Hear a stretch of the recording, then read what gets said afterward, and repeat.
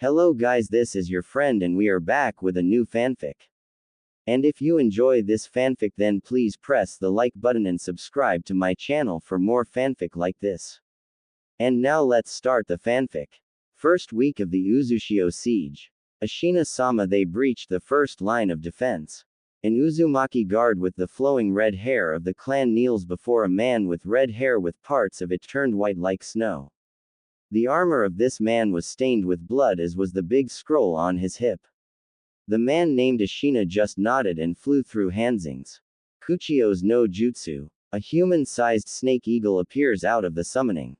Ashina-sama. The men nodded. Take this scroll. He summoned a scroll in the same size as the one on his hip and handed it to the eagle, and deliver it to my relative Mito Uzumaki in Kanahagakure no Sato. It is of the utmost importance that you do not fail in delivering it.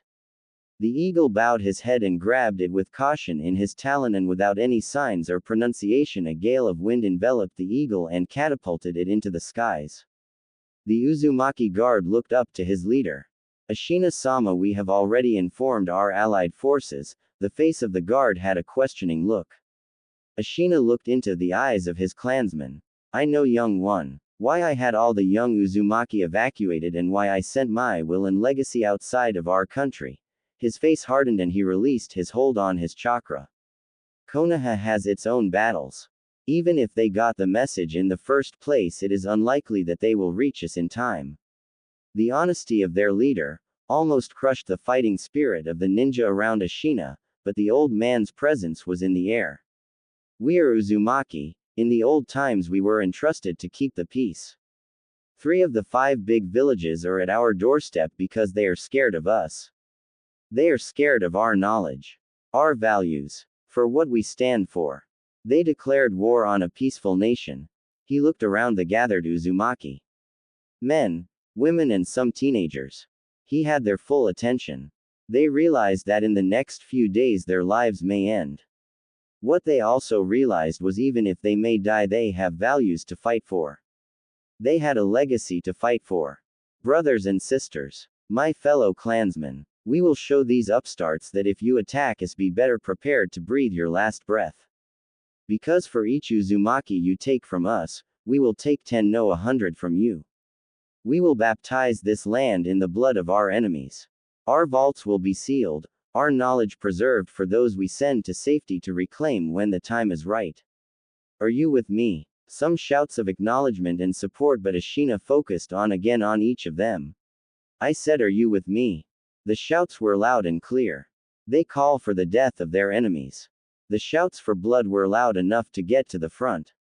The defenders got renewed motivation and the attackers at first were confused and then irritated, but after some time and the bloody retribution, some became scared and deserted the ranks. But all bravado aside, after days of fighting, the sheer numbers of the invasion force overwhelmed the Uzumaki. Alas, the promise Ashina had given also stayed true. From the 30,000 men, strong invaders 3,000 survived. The Iwakumo Kiri survivors got home with empty hands. The treasury of the Uzumaki is sealed behind a blood-based fuinjutsu. The life force of the killed shinobi provided so much power that even a Bijudama couldn't crack it before it rebuilt itself. All the invaders got were nightmares of those red-haired demons, with bloody chains out of their backs and into their bloodied swords, and their fuinjutsu. One story made its rounds through the elemental nations. On the last day, in the middle of the corpses of fallen Uzumaki, one man stood tall. Bruised, battered, one eye closed because of a cut straight through the middle. The once red hair had gone white from the exhausting justice, but still with red color in it, which was the blood of the slain enemies around and behind him. You are all alone. Your clan is dead. You fought. You lost. Ashina Uzumaki laughed. No, he cackled. His voice was loud enough to be heard over the battlefield. Run, you fools. He flew through hand signs. No one who is not Uzumaki will live on this land. Uzumaki fuinjutsu. Owakare no okurimono no jutsu. His hand spread a large sealing array. In seconds all chakra seems to be leached of everyone who stood on the ground, killing nearly all around him. Only one of the two Jinchuriki survived the jutsu in his center and were able to warn the rest. The Uzumaki thought dead. In the lands of stone, water, and thunder the story was repeated and the Uzumaki declared it a forbidden topic to not scare off the following generations of shinobi. Konohagakure Senju Compound 2 days after Ashina's message. Mito Uzumaki sits in her small garden with a beautiful pond and her bonsai trees. On a small table before her, she laid an open scroll with a brush and ink on the side. She was concentrated as she made some lines and scribbled signs in a circle. She sensed the nearing snake eagle, laid her brush down, and looked in his direction. The eagle itself didn't make contact, just dropped the scroll and dispelled. Shina-kun, the situation must be dire if you send your quickest messages to me. After all, our last meeting was everything but not peaceful. She got to grin a little bit. Her age showed and the wrinkles in her face got a little deeper. Then she opened the scroll as she unsealed the contents and her mood darkened. The first thing she did was take the note and read it. Mito-chan, I know I was an idiot the last time we saw each other. My opinion still stands. Hashirama was stupid and I hoped you could have chosen for yourself. You did your duty to the clan and for that I am grateful. You may already have the information that Iwa, Kiri, and Kuma invaded Uzushio. I know that Konoha may be able to get here but they will be too late. After a week nobody showed up so they have to be some problems, right? So I decided to entrust you with a copy of our secrets. In the case my plan to seal off Uzushio fails, you will be the holder of our legacy. We have to ensure our sacrifice will not be in vain. I tried to evacuate as many as I could. Maybe we should create a mentor seal to teach our secrets to the next generation. Another project I have to leave to you. Till we meet again in the Pure Lands, Mito-chan. Love, Ashina. Mito sighs, turns to a corner, and gives a sign. One Anbu appeared out of thin air. Tell Sarutobi that we need to talk, it's urgent. The Anbu bowed and shunshined away. Mito would not have to wait long. Nearly an hour later, Hiruzen Sarutobi in his Hokage robes entered the garden. Mito-sama. He's respectfully inclined his head. Hiruzen, have a seat, will you? I am not the youngest. The third chuckled and took a seat. Of course, Mito-sama. You wanted to tell me about Uzushio when exactly, Hiruzen? Her voice was still calm but a subtle amount of killing intent leaked through her calm demeanor. Sarutobi looked shocked. I don't understand. Mito just raised an eyebrow and laid Ashina's note before him. The third began to read and looked at her with a sorrowful expression. My condolences, Mito-sama, but after the death of Lord Second everything is kinda crazy. I never got a message about an impending invasion to Uzushio. Mito looked at him with old calculating eyes. Hiruzen Sarutobi, the student of the last two Hokage, nearly wanted to give in to the need to apologize. My niece Kushina will arrive in the next 2 days. Lucky for Konoha, she was sent on her journey before the invasion. All those lucky circumstances. I will train her, Hiruzen, and we will enable that. Are we clear? Her ki leaked in bigger amounts as the third Hokage just nodded. He was sure what the Uzumaki queen didn't say. There were leaks in his administration and he better fix them before Kushina arrives. Hokage and Uzumaki matriarch finished their talk and Mito got back to her work. 3 days later, Uzumaki compound, Konoha. Mito Uzumaki hugged a crying Kushina. I am scared. Mito Obachan. The young Uzumaki girl sobbed in her arms and just tried to pull her closer. The elderly Uzumaki woman whispered in her ear. I know, Kushina-chan. I will teach you. I will prepare you for your burden. Together we will develop the first mentor scroll. So I can help teach your children. Both Uzumaki embraced each other. But one thing history will learn is that you never put two Uzumaki women with determination and cause together without real supervision. In the time Kushina gets older, they succeed in the creation of the mentor scroll. Improved the security of the Uzumaki compound. Made it completely inaccessible to all not of Uzumaki heritage. After Mito passed of old age and Kushina took over the watch of the Kyuubi, things seemed to calm down in the world. Konoha, Undisclosed location, 7th of October. Kushina, in her very expansive white kimono, and beautifully done hair with a single curled strand hanging on her right side, caressed her pregnant belly with her left hand while her right hand was interlaced with the one of Minato, who was in his ceremonial Hokage robes. Before the two soon-to-be wed stood Hiruzen Sarutobi. On Kushina's side stood Makoto Uchiha, and Hitomi Hyuga, her best friends, while on the side of Minato, you could see Shikaku Nara, Hazashi Hyuga, and Kakashi Hatake, all in festive kimono. "You may now kiss your wife, Lord Hokage," a smiling Hiruzen said to Minato, who gave the impression of an eager child who got a lollipop dangled before his nose. The yellow flash of Konoha looked his wife in the eyes and kissed her before all witnesses. Then winked. "See you at the reception, guys." With those words, the newly married couple vanished in the signature yellow flash of the Hiraishin mixed with red from Kushina's hair. Uzumaki compound. New safe house. After disappearing, the royal couple of Konoha appeared in the middle of the Uzumaki training ground. Minato's expression got from excited child to serious village leader in seconds. "You wanted to talk to Kushi-chan?" Minato asked. Kushina nodded. "I have this feeling in my gut that we should prepare for the first. Our little Naruto should be protected. After the last council meeting, I must say Danzo gives me the creeps. Mina-kun. The furball seems hellbent on breaking free. So if worst comes to be and we won't be there to keep him safe from all those warmonger, I want something beyond the Uzumaki mentor scrolls of Mito-sama and myself to teach him." She looked a bit terrified as she told Minato about her thoughts which have stolen her sleep in the last weeks. The blonde looked thoughtful for a moment. "I see where you are coming from. We can give the scrolls to the Toad Elders. Sensei is a good person, but sometimes his priorities are everything but not straight." Kushina rolled her eyes but motioned to him to keep talking. "I prepared a new seal to reseal the Kyuubi. A last resort kind of way. I would have to split its chakra and take one half with it. To be a Jinchuriki from birth would lead to problems. Like the balance between control and capacity, but the new seal would filter the Biju chakra, and adapt it to his system. Overall, in the case of sealing, his system would over time increase and build up resilience to the toxicity of the Biju chakra." Kushina nodded. "When you talked about last resort, you meant the one project involving the Shinigami?" Minato solemnly nodded. "I see. A real last resort then. For my mentor scroll, we should both include a Kage Bunshin." Minato considered all implications and did some calculations. "Then we would have to store like 4 times the chakra.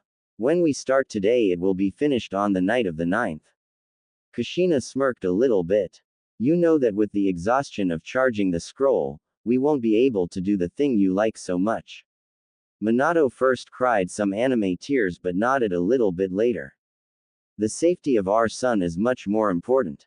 And I can wait for the night of the 9th. Kushina sensually approached him and after a passionate and loving kiss looked into his eyes. "And that is one of those things I love about you so much." Both changed and began with the preparations left for the reception, and later that night came back to begin charging the scroll. Night of the 9th of October. And done. A little bit sweaty, Kushina finished sealing the mentor scrolls and the Uzumaki legacy, and some additional things like photos, diaries, and 2 personal notes in the big blood-locked storage scroll. After a nod to Minato, he bit his thumb and summoned the elder toad Fukasaku. "Ah, Kushina and Minato-chan. My congratulations on your wedding, and especially to you, Kushina. The date is tomorrow, yes?" The elder toad opens the conversation. Kushina bowed a little bit. "Hi Fukasaku-sama, and thank you." The elderly toad smiled and switched his gaze to Minato. "What is the matter, Minato-chan?" Minato scratched the back of his head and smiled. "Well, Fukasaku-sama, we had a request for the toads. For you and Shima-sama to be precise. You Kushina had a bad feeling regarding tomorrow, so after an Uzumaki tradition we prepared a care package for our son if the shit hits the fan." Minato. Language. Scowled Kushina, while Fukasaku just smiled. "Yes, dear, sorry. Would it be possible for the toads to keep Naruto's inheritance safe?" And the more important part is to give it to him when he joins the academy. Fukasaku got big eyes but schooled his features quickly. I can sense the scroll of our allies in the scroll you mentioned. Kushina nodded. Yes, Fukasaku-sama, but they never had sages and are a peaceful summons.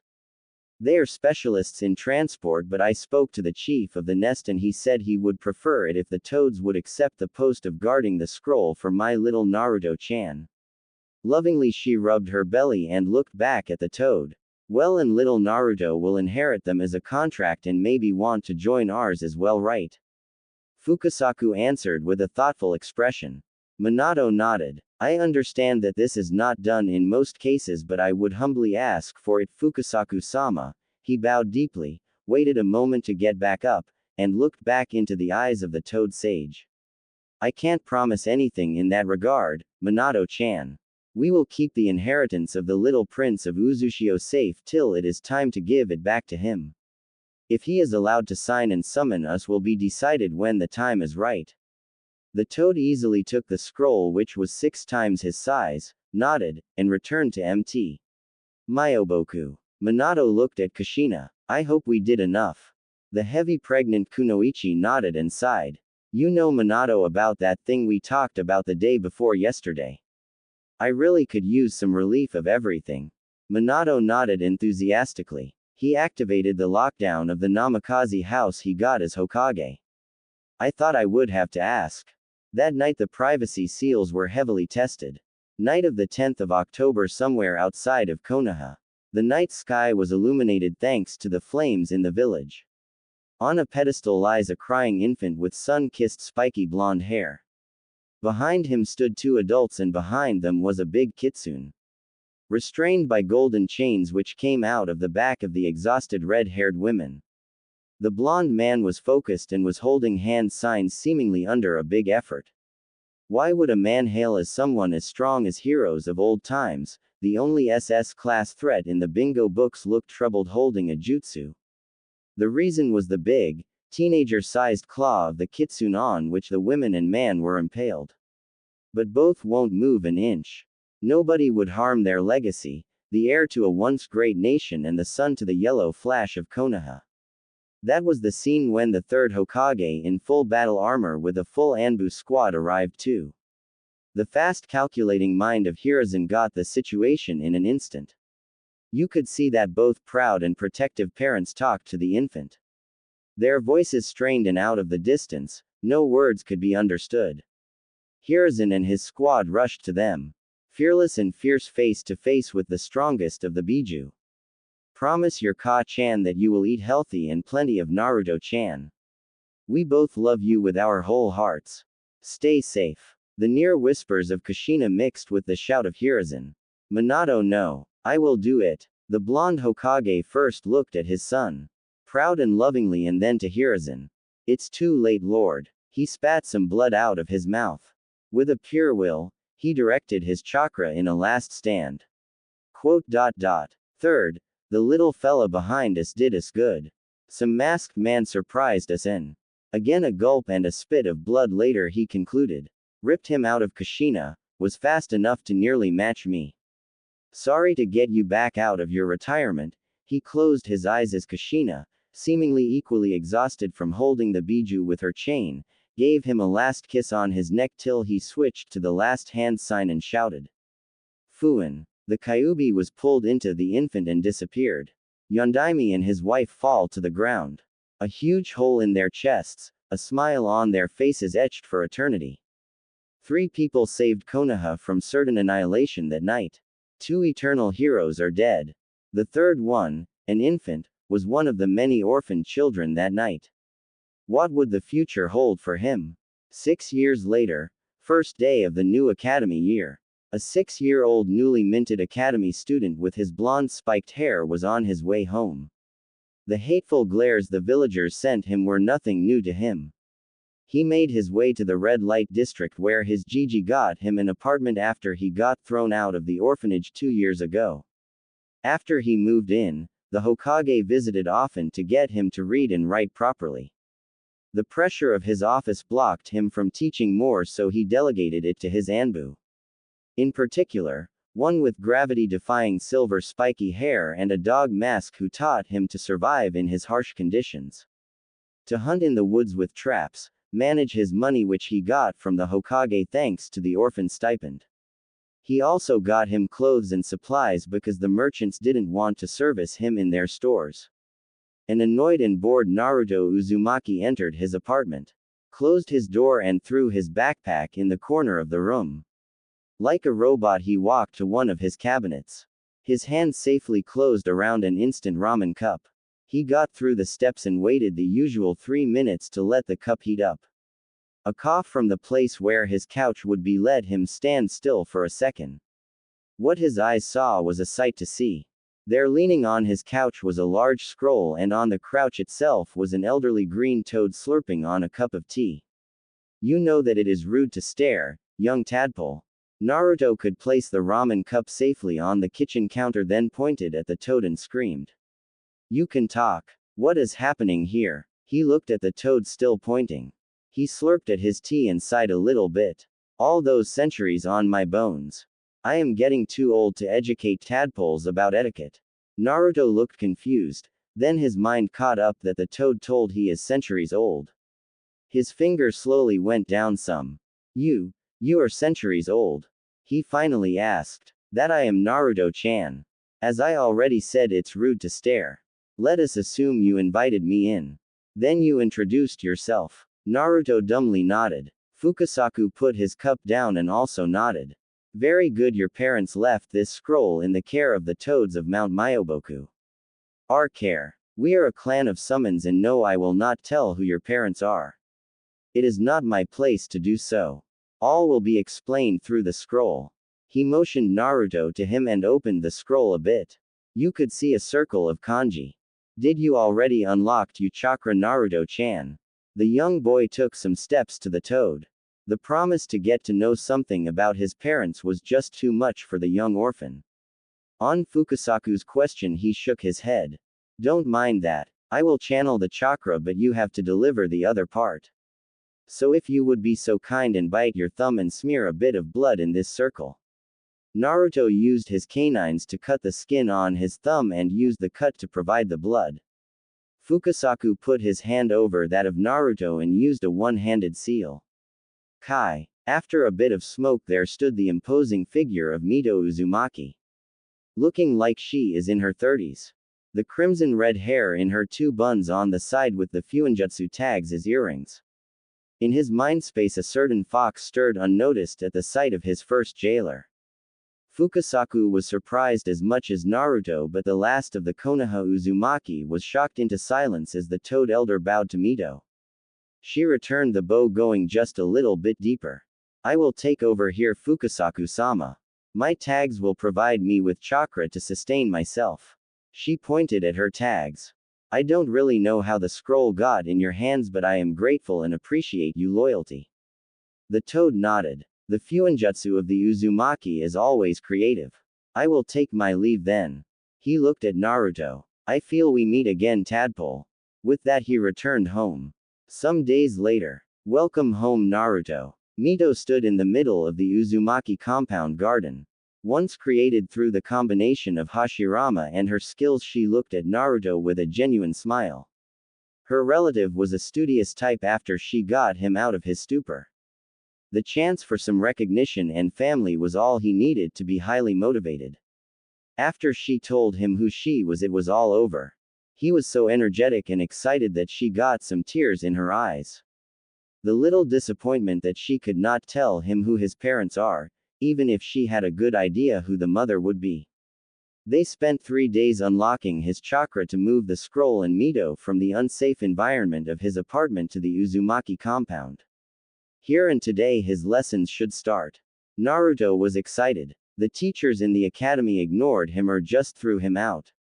He would go and play pranks but at this moment he had better things to do. Mito prepared the classroom, in which she had the scroll on her hip and behind her was a blackboard. On the ground was a mat and a low table for Naruto to sit and write at. She was no fan of closed spaces. And she had to be outside to store enough chakra to maintain herself. The young Uzumaki rushed to his classroom, but as he could see Mito in the distance, he slowed down. As Mito turned to him, he bowed respectfully. Mito-sensei, thank you for teaching me today. She smiled. Besides teaching him to unlock his chakra, the first thing she corrected was his etiquettes. She told him that the people who were nice to him deserved that he would be nice to them. So she educated him about all those things. The other thing she cured immediately was his thrive for flashy jutsus. A conversation about his life till their meeting quickly showed the reason for it. He wanted to be recognized. To be seen. Mito promised him that his time would come, but first, the qualities of a good shinobi would be to play his cards close to his chest. To use deception and prepare to take his rightful place. Rise and take a seat, Naruto-chan. She told him as she pointed to the mat and table. The young Uzumaki pupil nodded and sit in a seiza position on his knees before the table, prepared his notebook and pencil and listened closely. The Uzumaki queen began her lecture.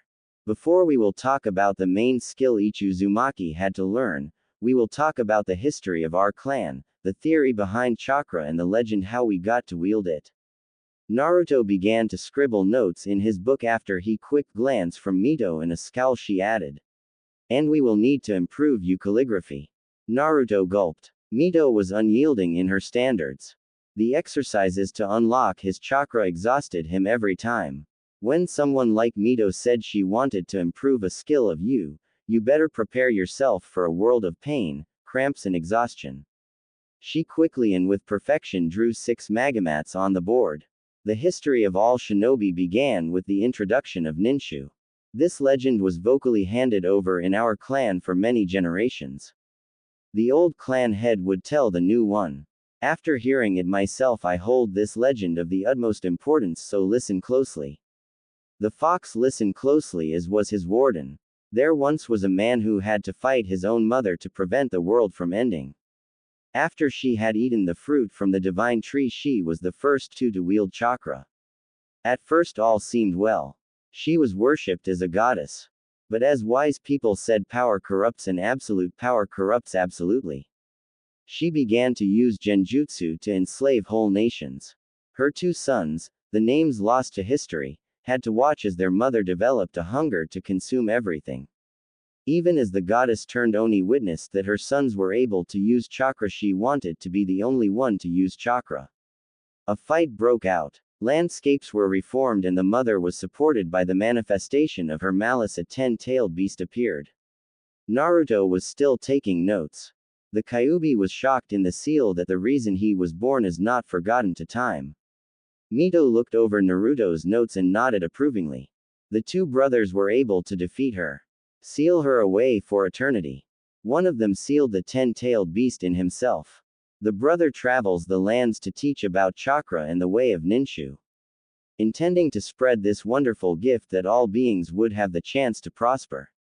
Naruto-chan, can you imagine what happened next?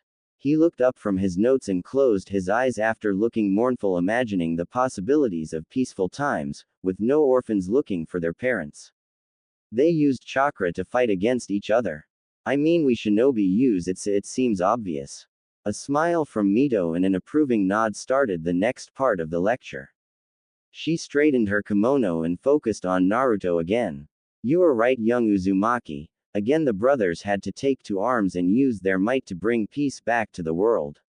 What happened with one of the brothers is unclear after they brought peace back, but some say he did the same thing his brother had done and found himself a loving wife to start a family. Here our legends start to be more clear. At most for one of the 2. He had 2 sons, one was called Indra and the other's name was Asura. She made time to write both names on the board. Her writing in such a graceful manner and looking effortless with all her practice of the sealing arts, it was no surprise. She made 1 line under Indra and 2 under Asura and turned back to Naruto. You see, the one brother we know about is still mentioned in folklore as the sage of the 6 paths, possessing the heavenly eyes called Rinnegan and a body strong as hundreds of men. As he knew he would have to leave the plane of the living, he passed on his powers. But as we are human, we are open for jealousy and other low emotions. In the hopes of preventing a discourse, he splitted his powers. Indra the sun, with a more active way of approaching problems, the sage bestowed him with the power of sight, so that he may use them to see reason and other ways. The younger brother was different. He inherited the peaceful attitude and thinking of his father. In the hope of balance, the sage provided him the means to endure. The body of the sage with the vitality and endurance to last conflicts, to find the answer to peace. Naruto, even in his young age, could follow well. He admired the second of the two because his own situation showed him what humans are capable of inflicting on others without much thought. Sure, there are times for violence, conflict, and where clear lines have to be drawn in the sand, but even then one should always look for a peaceful way. One thing was already clear to him. From hatred and destruction, only hatred and destruction could sprout. His sensei was unaware of his thoughts, but a certain fox was not. He could hear them in the seal, and to say he was surprised that one of those stupid humans could have the possibility to reach the same understanding as his father was refreshing. But at the same time, his jailer was just a kid.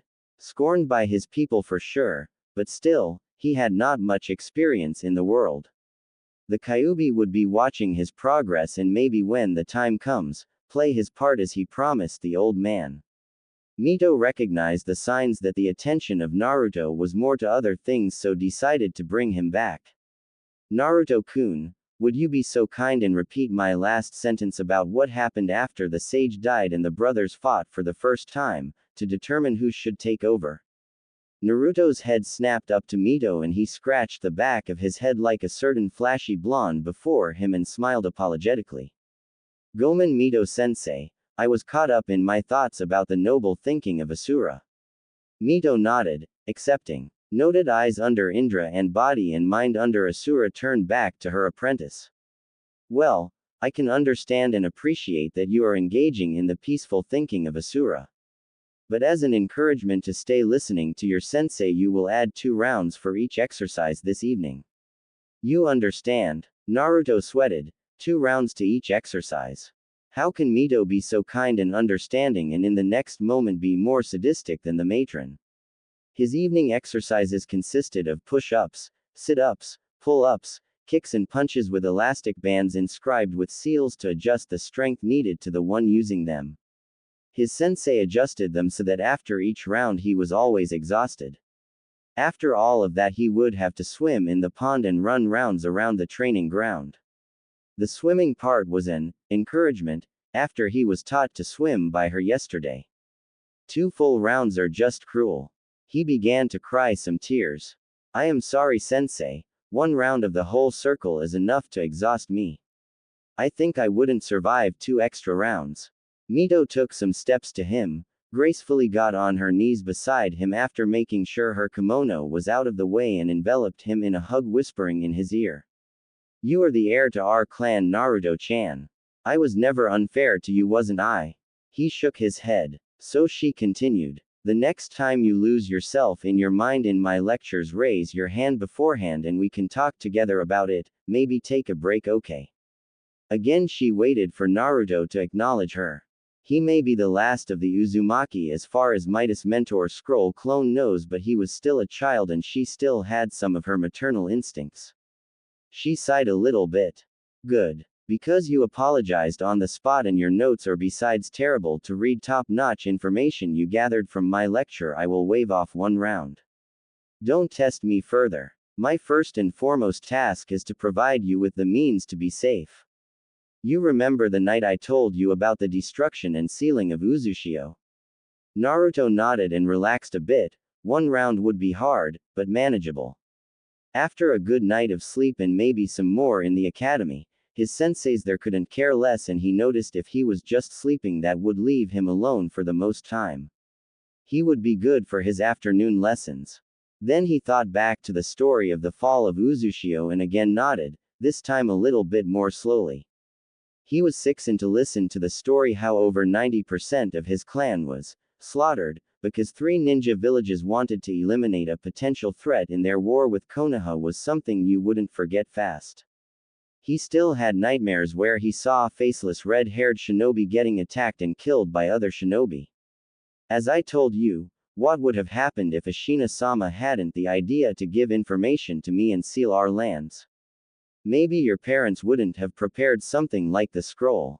You would still be ignorant of your heritage. Still strive for their attention. She caressed his hair, still hugging him to be by his side. Remember, all information could be important. I know you sleep sometimes in the academy now that you were able to unseal the study guides your father had written. Naruto smiled sheepishly. This treasure chest named scroll provided him with an improved curriculum for the academy and the reference material. Mito ordered to study the guide in his own time to relax after his physical training. What would follow after her lectures? It was important to always train body and mind, she said. He would understand when they would discuss chakra. So he did exactly that. He read the guide each day before bed and was now steps ahead of the academy lessons, so he used them to get some sleep back. You have to prioritize, right? Mito disconnected from him and stood up, straightening her kimono and walking back to the blackboard, pointing on the drawn lightning bolt between Indra and Asura. Back to our main topic. After Asura could defeat Indra, he was the person to inherit the role to spread the ways of Ninshu as the heir. His brother, however, vowed to get him back.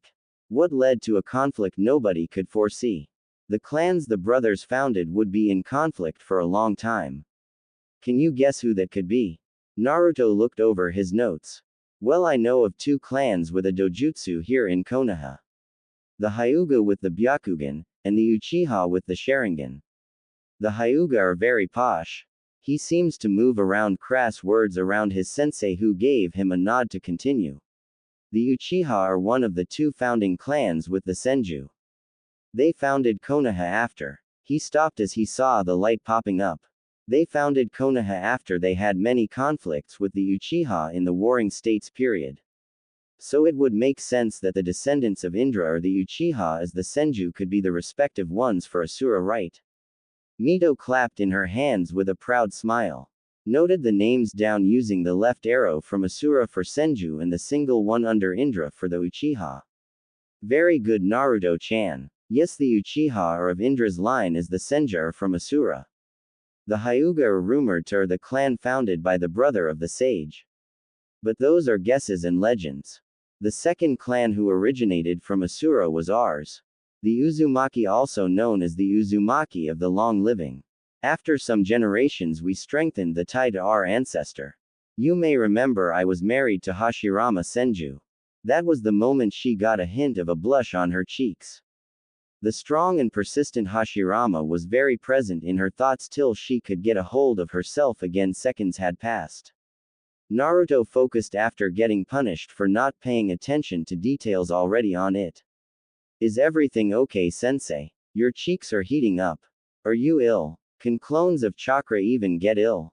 Like a taijutsu master would repeatedly strike fast in seconds, his questions shot out of the 6-year-old. All for the embarrassed amusement of one Mito Uzumaki, who schooled her features quickly and shook her head. No need to worry. Where was I? Oh right. The Uzumaki and their relation to Asura. Remind me for what the Uzumaki are known for, Naruto. She quickly distracted the young boy, who was not even aware why she would do that. Fuinjutsu, our vitality and the ability to be a menacing opponent if someone was dumb enough to attack us first. Mito nodded, noting the points down to the Uzumaki name and underlining the words, attack us first. There we have it. They attacked us first. We defended our lands. The Uzumaki never tried to conquer land outside of Uzushio. On the contrary, we tried to keep the peace around us with clever application of diplomatic efforts and seals. Both of us won't understand why that attitude was enough for 3 of the big 5 to declare war on us. Even after our allies were in open warfare with their enemies, we only supported them with supplies. No Uzumaki was directly involved in the war. But I digress. You can see the legacy of our clan as far and interwoven with the Senju and Uchiha. Before I give you a short break, remind me what I told you about our lessons, please. Naruto finished the line in his notes, switching to a new page. Never tell outsiders of the clan more than information I had learned in the academy to this point. He repeated with ease and Mito nodded, using the seal on the blackboard to clear it of the written chalk writings. Looking him in the eyes, she followed it up. And that is because. Naruto grinned bright as the sun leaned back a bit. That is because knowledge is power and deception is shinobi's best weapon. She smiled. Good, and don't you forget it. Now take a 10-minute break. Get something to drink and walk around a bit. After that we will use some time to start you on calligraphy exercises and move on to chakra theory. After that 2 rounds of your conditioning circle. After that you are done for the day. Don't forget to hunt a bit on the weekend.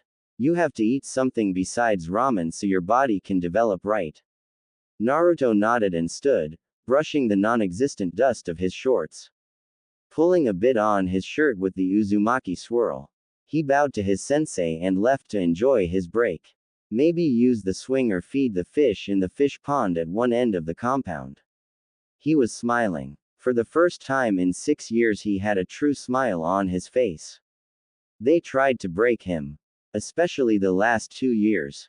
But he now knows. He is an Uzumaki. He will endure. He will stand tall and prove them all wrong. He will never give up and change their thoughts about him.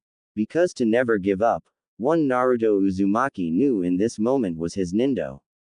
6 months after entering the academy, Naruto was like a new person. It was 6 months after he started training with Mito sensei. His eating habits changed. He regularly hunted for his proteins, and after asking the Anbu with the dog mask about it, he also got vegetables in his biweekly deliveries. What surprised him at first was that the person delivering his groceries changed. After some time, Dog-san was substituted with Weasel-san and Crow-san. The boy just used their mask themes as names. After asking one of them, they just told him to do so. After asking his sensei about that, he learned that it was important for Anbu to stay under the radar, so to speak. He respected the sacrifices that would mean to some ninjas to give up their identity. His last 6 months were hard. Besides the history lessons from Mito sensei, she drilled her high expectations in calligraphy on him. Started him on chakra theory, meditation, and sensing.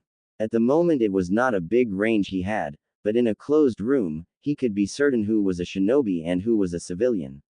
His range and details would improve with training and when he would get older. As he was told in chakra theory, his body was still developing its pathways. Sensing training would start up when his pathways were nearly finished, as would chakra control exercises.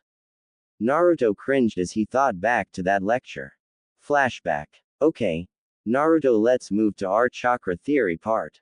Mito stood at the blackboard in the open-air classroom in the Uzumaki compound and was sketching different-sized bowls of ramen on the board.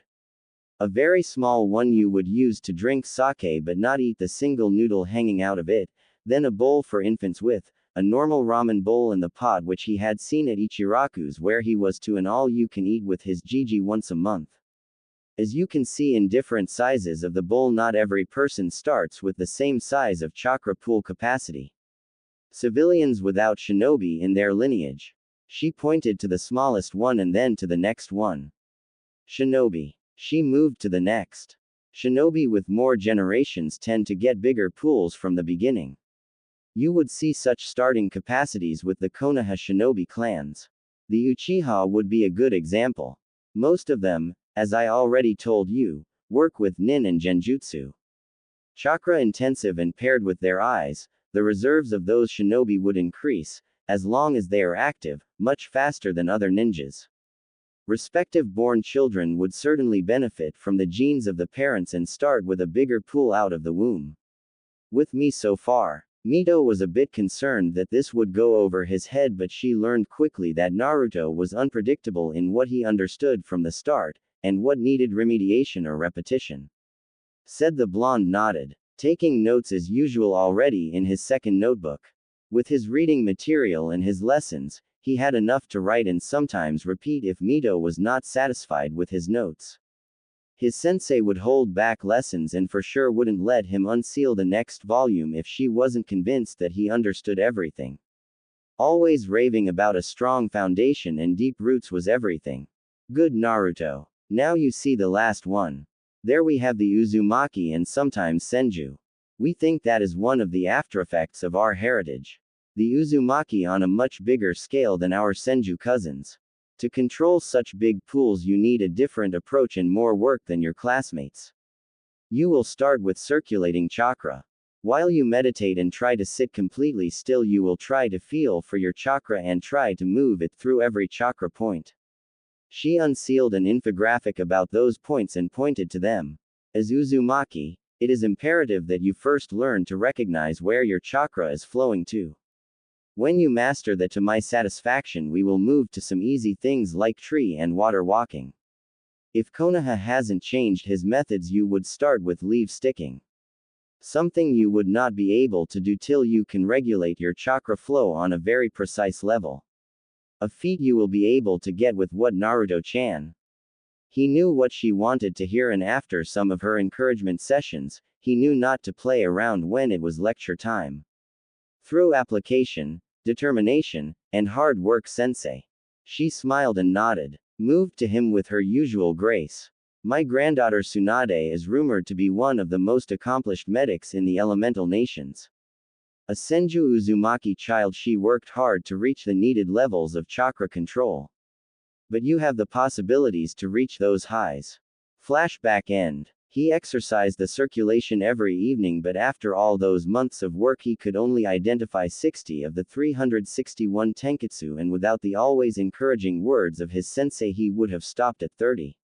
Something he learned to appreciate. Here was somebody beyond the Anbu, or the Hokage, who cared for him and tried to help him in the quest to reach his full potential. Besides training and lessons, he used the weekends to try and train a bit more, but in remote parts of the village.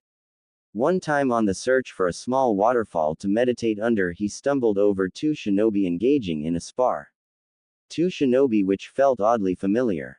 He stayed and watched, amazed by the speed they both used. His eyes were not used to the speeds and had problems keeping up.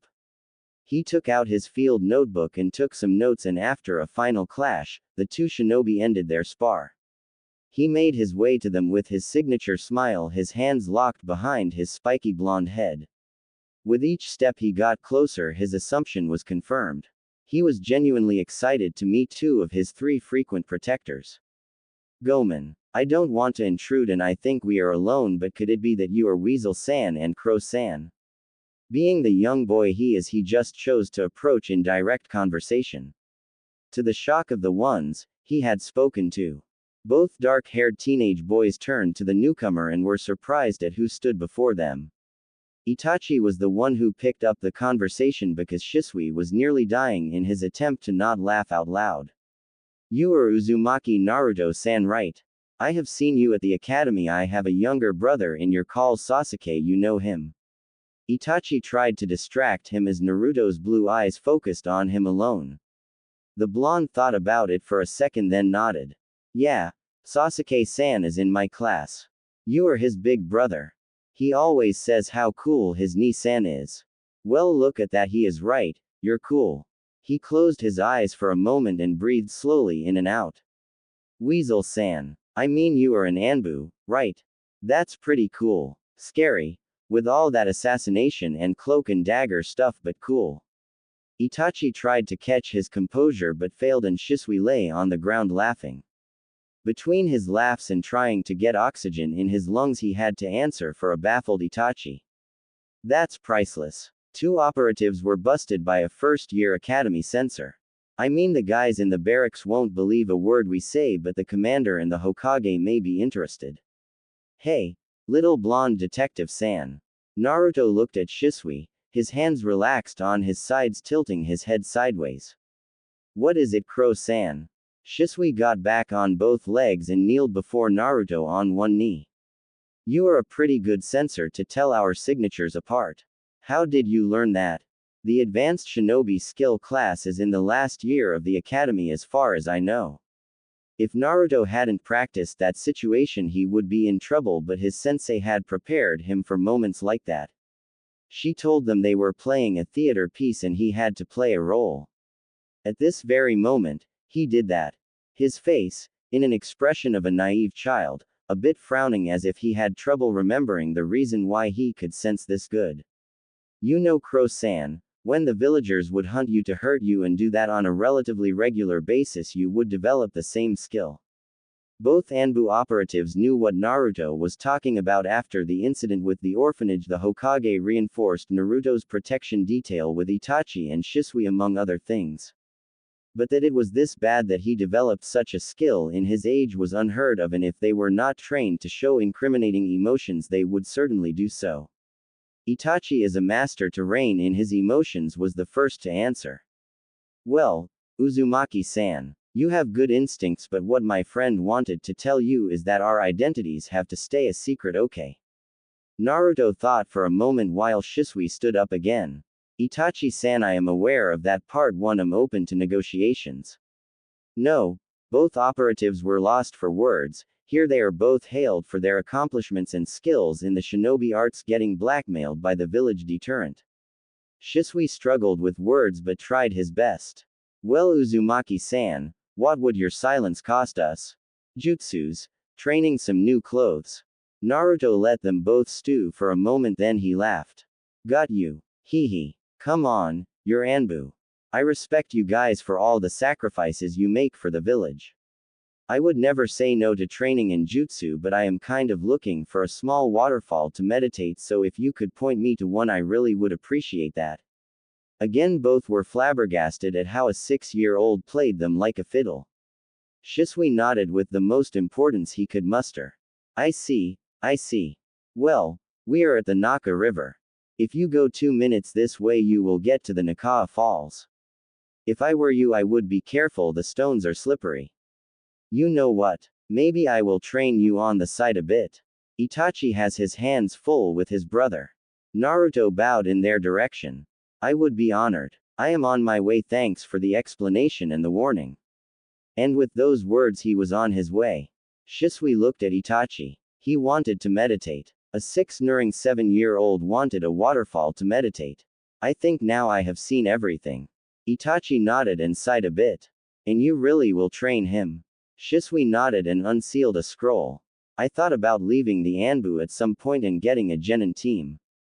Imagine a group of speed freaks like me. With my good looks and everything.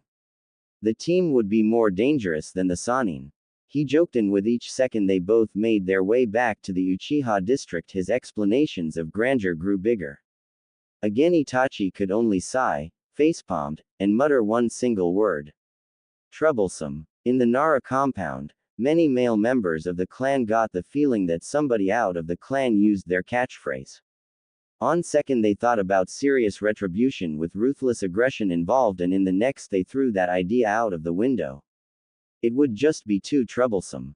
Scene break. Weeks followed in which Shisui would use his time to train Naruto. Time which Mito provided him with because he would not have a good excuse to miss it. The usual training session would be that Naruto would use Shunshin with Shisui to get familiar with those speeds. Then uses it himself with 6 hand signs only to overpower it and collide with a tree. Both sensei and apprentice laughed and Naruto tried again. After all that time, the only thing which improved was that Naruto could reduce the signs to 3, but still, he would collide with objects in his path because he reacted not fast enough. Besides working with Shisui, Naruto started to sit with Sasuke during breaks. Both boys hit off pretty well and challenged each other at the physical exercises. Naruto always botched his theory, so Sasuke was far ahead in that part. Overall, they befriended each other, to the joy of his brother Itachi. Said brother had developed in the weeks from a caring brother to a reclusive Anbu captain. The last thing Naruto heard yesterday from him was still spooked in his head. Itachi stood a little bit to the side watching over Naruto as he still trained the Shunshin with Shisui. Both took a break. The blonde currently held a bag of ice to his face. After his last attempt, he connected a bit unlucky with one of Konoha's older trees. His head was hard, an Uzumaki trait, Mito told him one time, but the old oak was unforgiving and a bit stronger. Listen to me, Naruto-kun. And listen well. Itachi stood in nearly full Anbu armor before him, his sword on his back. The breastplate over his Anbu vest. The Uzumaki nodded and looked up at him. In the world of shinobi, some things said are not worth the air they need to be spoken, and sometimes the words which haven't been spoken are worth more than some big mansions. Always look underneath, okay? My old team captain once told me the last part. The first is something I had to learn the hard way, and I want you to know it before you have to learn it the hard way. Naruto bowed, the ice still pressed to his face. He had a grateful expression. When it was to learn something valuable, he was more like fresh ramen noodles in a great broth. He would soak the information up. Thanks, Itachi-san. I am grateful you shared that with me. The Uchiha nodded and disappeared into a flock of crows. Naruto got stars in his eyes and looked at Shisui. You know, Shisui-sensei, I like your variation of the Shunshin, but Itachi-san just looks badass, but he looked troubled. Shisui sighed, and in his mind, he cursed Naruto's sometimes over-the-top empathic skill. He just seems to feel how somebody feels if there are strong negative emotions, even if that person can suppress those feelings thanks to Anbu training. You know, my little chibi apprentice as Anbu, we sometimes are troubled. The job at Anbu can be very demanding. Not just because of the difficulty of some missions, but also the ethical aspects and the match on your psyche. After a short silence, they both moved to a clearing near the Naka River to catch some fish and take a break. As usual on weekends, Naruto would use all his time to train with Shisui. Sometimes Itachi would join. Naruto, holding a wooden spear with a trout on it over a campfire, suddenly turned his head to the east. Seconds later, Shisui stood up, Sharingan activated, and Tanto in his hand. Naruto, whatever happens, follow my orders, okay, and try to keep a cool head. We are getting company. Naruto had the time to nod as 6 shinobi appeared, surrounding both of them. They wore long coats to hide their body proportions and blank white porcelain masks. Shisui spat on the ground. Leave now and live to tell the tale of how you survived meeting Shunshin no Shisui. Stay, try to harm me or mine and I will end you. One of the 6 made coded hand signs to the other 5. One splitting from the group and disappearing. A breeze blew a leaf up. The moment it landed, the 5 assailants and Shisui flickered out of view for Naruto. He had to focus hard. After watching Itachi and Shisui train, he could sometimes see the movements but not react fast enough to follow them. Metallic clunk sounds echoed around, sparks flew and some squishy sounds followed. Some seconds later, 4 of the 5 assailants lay on the ground, bloodied and cut on vital points. The last one standing had some scratches and was bloody on non-critical parts. Shisui was a bit sweaty, but except for some minor scratches was fine. Naruto could do nothing. He knew that was a fight on a level he wasn't ready for. Shisui and the unknown attacker looked at each other, and before they could engage, 10 new attackers joined the battle. Shisui looked a bit troubled and flared his chakra in the hopes of alerting the other Anbu. As no response came through the seal on his shoulder, he knew that there was a type of barrier around. No help would come for him and his apprentice. He knew who was behind this ambush. The old warhawk and his root. He hoped that in being around Naruto he would be a bit more safe. Danzo knew how Hiruzen watched over the last Uzumaki. Shisui sighed. It seemed to be a miscalculation on his part. He steeled himself again, and for the second time both the attacker and defender vanished in top-speed combat. Naruto tried to come up with a way to help, but he could feel that more enemies were on their way. He only had a training kunai in his pocket. The dull metal would not help him.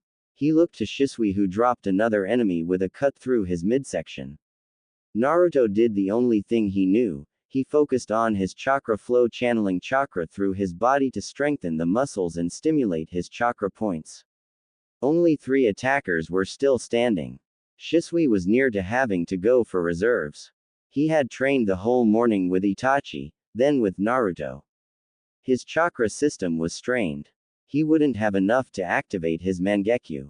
He needed it for the plan to save his clan anyway, so could not use his special jutsu today. The moment he was busy with his inner struggle, 2 of the attackers signed to each other and one rushed the sitting Naruto while the other attacked Shisui. He could only scream, "Watch out, Naruto," before he had to block a kunai. He could only watch as the blonde opened his eyes and turned to Shisui. That little turn was enough for the kunai of the attacker to miss his heart and hit his arm instead. Blood stained the cut fast. And many things happened at the same time. Naruto screamed in pain, and Shisui was in shock. His attacker pressed the advantage only to be quickly killed by an enraged Shisui. Inside Naruto's seal, a certain fox stirred awake. The old fox quickly assessed the situation and in self-preservation pushed his chakra through the seal. The cut quickly healed and a certain Uchiha flickered to the still dazzled Uzumaki. Before he could ask something, another wave of attackers engaged in battle. This time Shisui was handicapped in his attempt to shield Naruto while dispatching his enemies. For some time all was alright, he just got some flesh wounds while Naruto could only watch and hold onto his neck. The waves of enemies seemed to be never ending, blood soaked the ground and after evading a strike aimed at Naruto's back he slipped on a bloody stone. They dodged but Naruto had to let go to protect himself. Shisui could see one of the last four aiming a kunai at Naruto. He could only use the last resort tactic all high-ranking ninja on protection detail know how to use. His eyes flickered from red to black as he shunshined between Naruto and the kunai, gasping as it stabbed him in his stomach. "No, Shisui!" Naruto screamed and a certain fox used his fury and fear to push half a tail of chakra through the seal. Naruto's eyes got a red hue and in the next moment red chains broke out of his back and impaled all standing assailants. A crack in the air signified the overloading of the barrier. The Kyuubi chakra was enough for that. A certain warhawk who was on his way to claim his prize knew that in seconds that place would be crowded with Anbu and signaled his men to retreat to base. He was shaking but he would have to wait for his time. The first one to arrive on the side was Itachi, who saw Naruto kneeling beside a seemingly unconscious Shisui applying pressure to a wound in the stomach of the Uchiha. One view of the situation, charred parts of the earth where bodies could have laid, and one of them still impaled by a flickering red chakra chain. He rushed the root Anbu and placed him under a genjutsu, a plan in his mind to maybe save his best friend. He was overcome with guilt for not staying at his side. He nearly missed the change in his chakra flow as his Sharingan changed. He knew what he had to do now. Even if Shisui had a chance to survive, he could not help him in time to stop his clan from making a big mistake. So he used the corpse of the last root member to layer genjutsu over it. His new Sharingan would make sure that it would suffice. Everyone except Naruto would think that this corpse would be Shisui's body without its head. "Naruto, listen closely. I have to close his wound and we have to get Shisui somewhere nobody could go to." "Okay." Naruto still dutifully tried to stop the bleeding with his limited knowledge and nodded. "I have an idea, Itachi-san. In my kunai bag is a seal tag. That's an emergency opening seal for the Uzumaki compound. To get him there you would have to use the tag because you are not Uzumaki." Itachi decided to think about that later, but what Naruto said made sense. Nobody could get into the house since the fourth was dead. He took the tag out of Naruto's kunai bag and nodded. "Good, I will do so. But first I will have to use this, you will understand in due time." Tsukuyomi. The next thing Naruto knew, he had fallen to sleep, dreaming about an injured crow sitting in the Uzumaki compound garden. A team of Anbu under Inu arrived on the scene. His sensei's son is full of blood but ignoring some scratches, uninjured but in a deep sleep. One of his team rushed him to the hospital and alerted the Hokage. Sometime later, Hokage office. "Okay, now Inu, can you explain to me what happened and why exactly have we found the dead and headless body of one Shisui Uchiha in the Naka River that clearly shows signs of battle at a location where a serious concentration of the Kyuubi's chakra could be found?" Kakashi Hatake, Anbu commander of one of the best Anbu squads Konoha could offer, kneeled before its leader and spoke with the signature voice of an Anbu operative void of all emotion. "Hokage-sama, all evidence we could recover was that Jinchuriki Uzumaki was put to sleep after he and Crow seemed to fend off many attackers. The current understanding of T&I is that bounty hunters or high-ranking nuke ninjas would have infiltrated the area around the Naka River, which was known to be one of Crow's favorite spots. An autopsy of the body was not possible because, like many Anbu operatives, he self-incriminated after we recovered it from the river. The water seemed to interfere with the seal. It is the understanding of the Anbu Commander Dragon, myself, and Ibiki-san that Operative Crow defended the life of the Uzumaki, sacrificing himself, triggering a reaction of the Biju in self-preservation. The old Hokage sighed. He lost a good man today. Yeah, his surrogate grandson was safe but in a deep sleep. Someone or something put him there. Maybe the fox. He would have to think about that with a good pipe. Maybe Itachi knew something he had requested an audience later today. He looked back to his faithful Anbu. Inu, you are to protect Uzumaki Naruto with your life till he wakes up. Set up a rotation with your most trusted. Dismissed. The Anbu nodded, saluted, and vanished in a shunshin. The third Hokage just frowned again. He was getting too old for this hat. Maybe he should prepare and train somebody. But who? Decisions, how he hated them sometimes. Decisions and paperwork. He lit his pipe to think about everything. At the same time, Uzumaki compound. Itachi was able to enter the compound with Naruto's key and nearly attack one Uzumaki Mito if the women hadn't frozen him in place with Fuinjutsu. After he could explain everything, she showed him to the infirmary where Shisui was set up and held under medical stasis thanks to the seals of the room to let him heal. Itachi quickly wrote down an explanation of what he had done or better was still about to do and why, and left it to one of his summons to deliver it to his friend. He stood before the clone of the wife of the first Hokage and kneeled before her. Thank you for your help. In my note, everything will be explained to Shisui. He is not safe from some elements in Konoha, I am afraid. Mito had an idea what he meant and gave him a curt nod. Rise Sound Uchiha, you and your friend seem to be not as cursed as others of your clan. What you are about to do is understandable and only something a true shinobi could do. But if you want to help your brother, don't torture him with your eyes to help him awaken them faster. That will only lead to problems. If you want him to be strong, he has to know the truth or a version of it. Itachi thought about her words, then stood up and put on his mask. Unsealed his sword and checked his equipment with glances. Thank you for your wise words. I will try my best to follow them. Mito nodded and Itachi left the compound knowing he would not be able to return. But Shisui would be safe here. His next stop would be one certain warmonger. Nightfall Uchiha District. 3 days later. The youngest of the Uchiha heirs was in a great mood. He just got a perfect score on his last test and wanted to show it to his two-san and ni-san. They for sure would be proud of him. As he thought about the last 3 days in the academy, he frowned a little bit. His friend Naruto was still in the hospital after he and Shisui got attacked inside the Konoha walls. His mood took a bit of a dive. He liked Shisui-san, and he always played with him when Itachi was busy with his important Anbu stuff. After the death, his brother wouldn't be seen often, and when you would see him, he showed no emotion and talked not much. Maybe his test scores would cheer him up. He took a turn to enter the Uchiha district. The missing guards he didn't notice, but as he was passing the empty shop stand of his favorite maker of onigiri. He always got one for on the road here. He was alarmed now. Slowly he made his way to his house in the bright light of the full moon. At the same time, in the house of the Uchiha clan head, Itachi bowed before the dead body of his mother with tears in his eyes. She was in the kitchen while his father was in his study under a genjutsu. He turned and made his way to the study. 1 second after he closed the door, his mother steered. Her Sharingan eyes activated and one got blank. Finally, she would be free of the chains holding her down. The last few years she could only watch.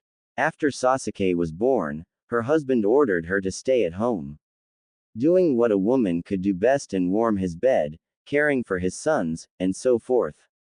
Makoto never would know that Fugaku said all those things to have her in the compound out of 2 things. First, he wanted to have her safe and sound. Those things said in the council meeting were very close to framing the Kyuubi incident on the Uchiha. Second, if she would be seen talking to Naruto, it could speed things up on both sides. Her husband had played a dangerous game, trying to balance family and village, a game he failed in the end.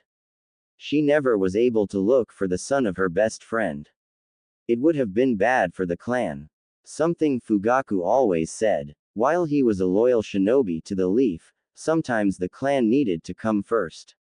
That her husband, who she thought hated her, did all those things just to protect her was eye-opening. No, there was a group of people that wanted to see her clan dead or reduced to a manageable number of two. Who needed to see her clan dead and go even as far as manipulating her son to do some of the deed. What happened to their world? If she wanted to solve this mystery, she would have to shed her clan name. Stop being Makoto Uchiha and start being someone different.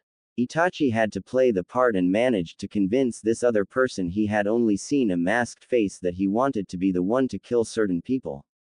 He knew that he was not able to stand against this other Uchiha and his little army. But he needed to protect Sasuke. His only option was to deal with his parents, and after that, he would need to get away. The time he used for explaining and killing her after activating his little genjutsu so she wouldn't feel pain was all the time she needed to activate her jutsu. Itachi would think he killed them both and burned their bodies so Sasuke would have to see them. Her husband and son were hailed for the power of their eyes, but everyone seems to forget why she was once a Jonin and with Kushina and Hitomi a very efficient team.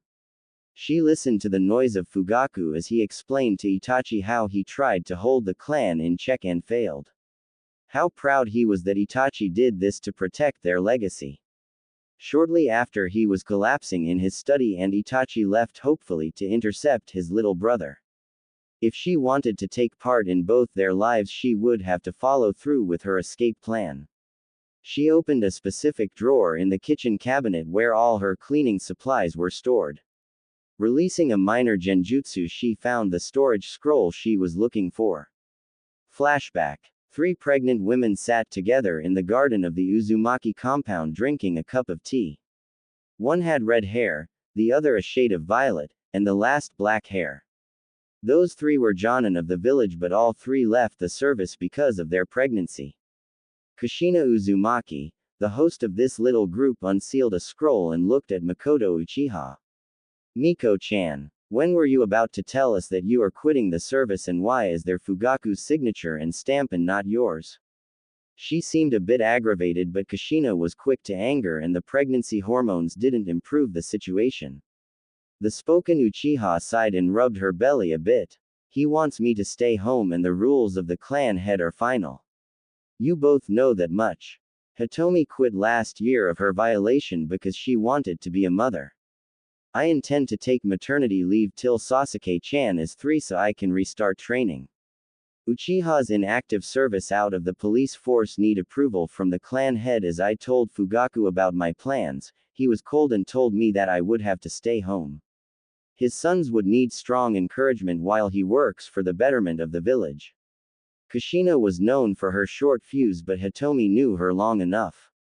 She could be fierce and unforgiving if she wanted, but most of the time she was the kind and calming presence around Kushina. Hitmoe laid her hand on Kushina's breath. Kushina, you will not endanger your child with too much stress, you hear me? Hyuga woman had that way of sounding sickeningly sweet, but be listened to. Kushina nodded and took some calming breaths. Then she seemed to get an idea. She excused herself and stood up. The other 2 talked about some chit-chat they heard in the village and gossiped a bit. 10 minutes later, Kushina placed a scroll in front of them. To the questioning faces of the other 2 women, she smiled brightly. I got you 2 some presents. I sealed some things in that scroll if you want to move out of your home. The shocked faces let her raise her hands. Bear with me, I will explain. I don't think Tomi-chan needs that. But if Fugaku locks you away in this scroll, there are 3 things sealed that could help. First, a henge tag. You can change your appearance with that. For you, Miko-chan, red hair, you always wanted to have hair like me. But be careful, over time the seal can change how your hair grows and adapts to the henge. It also would change your cheekbones a bit. Same for Utomi-chan, but with blonde hair as you wish. Second is an emergency seal tag which grants you access to the compound. Yeah, I studied those clan law scrolls, boring dusty shit if you ask me, but clan compounds are under the direct supervision of the clan. No interference is allowed from others, and I want to see a Uchiha or Hyuga break our security system. Last but not least, she took a deep breath and let it out slowly. Fixed her friends with a serious look. Lastly, I put in signed clan acknowledgement papers and the legacy tag. If all gets worse and the genin pokes the Kyuubi in the eye, the tag would change your DNA to a very minor and diluted connection to the Uzumaki clan. You would still be identifiable as relatives to your birth clans, but just that. The tag should mess with blood and DNA checks to get you a new signature. But you won't mutate or something and develop Uzumaki traits. For that you would have to sleep with me. In the last part, she tried to joke to cut the tension a bit. After she had read the protocol of the Orochimaru banishment, being the wife of the Hokage has its perks, he developed this tag to maybe repopulate the clan. The legacy tag was a failure because the change was just very minor, but it could help her friends stay safe and be protected. Said friends looked stunned at what lengths Kushina would go to protect her friends and family, but in hindsight, it was to be expected. She lost her clan and family in the Uzushio invasion and had made it her mission to protect her friends and family. Even if she had to read through dusty law books. She even introduced a bylaw that the head of the Uzumaki would be able to grant asylum to each member of the Uzumaki clan even if the ties would be minor. She had to allow the council to combine that with the possibility for a propagation requirement, but the law stood. Flashback end. Makoto unsealed the contents, took a deep breath and smiled, remembering Kushina's protectiveness. Her friend was a great example of what lengths someone could go for friends and family, and she would not be left behind. Makoto filling in the blank of the name with a new name. Hatsumi would be a good one. It was a new beginning for her. She read through the document and had to smile at the explanation of why she had relations with the Uchiha. She was disobedient and therefore banished from the clan. She met Kushina as she was wandering through Hai no Kuni. The story was a bit shaky, a bastard girl of the Uchiha with diluted Uzumaki blood, but she used cover stories that were as bad or worse on missions. She would sell it somehow. Makoto nodded, applied the legacy tag, the hair, and the henge tag, and looked in the mirror. Surprised, the reflection showed a beautiful red-haired woman in her late 20s. She looked younger, strangely, but not time to worry about that. She looked for her old gear and geared up. She got up to the corpse of her husband and sealed it in a scroll. She would bury him later. She loved him once, but all the changes after Itachi was born made it hard for her to care much now. Out of the distance she could see Sasuke collapsing and being caught by Itachi to carefully be laid down. Hatsumi, formerly known as Makoto, used the cover of the night to leave her old house, to never look back, silently crying and hoping to make the right decision, but only time will tell. Moments earlier with Sasuke and Itachi. Sasuke turned another corner and was nearly at the door of the house when he met the red eyes with the shuriken-styled pattern he never had seen and only heralded one word spoken. Tsukuyomi. The next thing he knew, his brother kneeled before him in his usual casual attire and smiled at him. Listen closely, little brother. Our clan wanted to do something foolish which had caused many people unnecessary pain. I had to protect you from the danger of the clan, of some inside of the village. You will hear things about me and know that some of them are true and some maybe not. Always look underneath. Work hard, get strong, and try to develop your powers, but never sell out your friends for it. When you have eyes like mine, search for me and I will give you all the answers to the questions you have. We will meet again, little brother. Now sleep. He poked him on his forehead, and with that, the little boy who wanted to know what happened instantly succumbed to the genjutsu and fell asleep. Itachi laid him down with such care that the only thing missing would be a blanket and a futon. He then shunshined away to the meeting point with Danzo. He did not kneel before him. He stood tall and proud with his Mangekyo Sharingan blazing. It's done. The Uchiha are gone and Konoha will be safe. I cremated my parents and put Sasuke in a genjutsu. He will sleep for some days. You will stay away from him or I will end you, Danzo. The root agents who stood behind the old shinobi wanted to take their weapons for that threat, but a hand raised let them stop. So be it, Itachi. No need for hostility amongst allies, isn't it? You are free to go.